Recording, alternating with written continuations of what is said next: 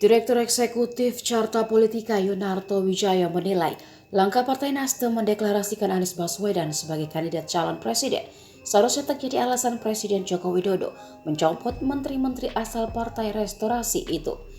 Sebaliknya, rencana Nasdem untuk berkoalisi dengan Partai Demokrat dan Partai Keadilan Sejahtera bisa dipertimbangkan sebagai dasar Presiden merombak menteri-menteri Nasdem dari Kabinet Indonesia Maju. Menurut Yunarto, sulit bagi Nasdem tetap berada di barisan partai pendukung pemerintahan Jokowi, sementara mereka berencana berkoalisi dengan partai oposisi untuk pemilu 2024. Logikanya, jika Nasdem berniat bekerjasama dengan oposisi, partai pimpinan Surya Paloh itu punya pandangan yang berbeda soal pemerintahan kini. Ihwal mega proyek pembangunan ibu kota negara baru dan kenaikan harga bahan bakar minyak misalnya.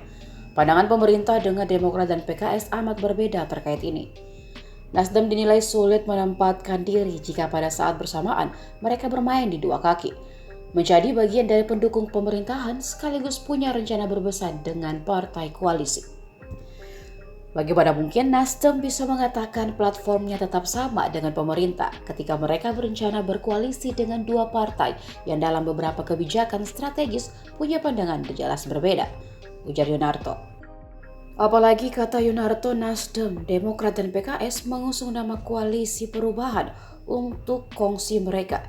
Ini semakin menegaskan posisi Nasdem terhadap pemerintahan kini dan rencana koalisi yang mendatang. Kembali soal rencana reshuffle, menurut Yunarto sebenarnya sah-sah saja jika Jokowi hendak mencopot menteri-menteri Nasdem hanya karena alasan politik.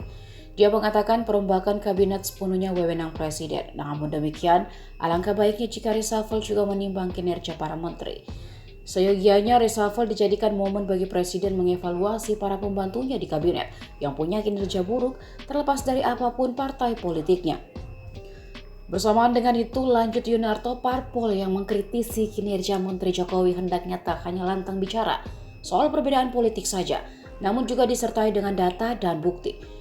Misalnya dalam hal Ketua DPP PDI Perjuangan Jarod Saiful Hidayat mengkritisi kinerja Menteri Pertanian serta Menteri Kehutanan dan Lingkungan Hidup. Seharusnya anggota fraksi PDIP di Komisi 4 juga menyajikan data konkret soal kinerja menteri tersebut. Dengan demikian, reshuffle tak hanya didasarkan pada alasan politik semata, tetapi sekaligus juga perbaikan kualitas kabinet.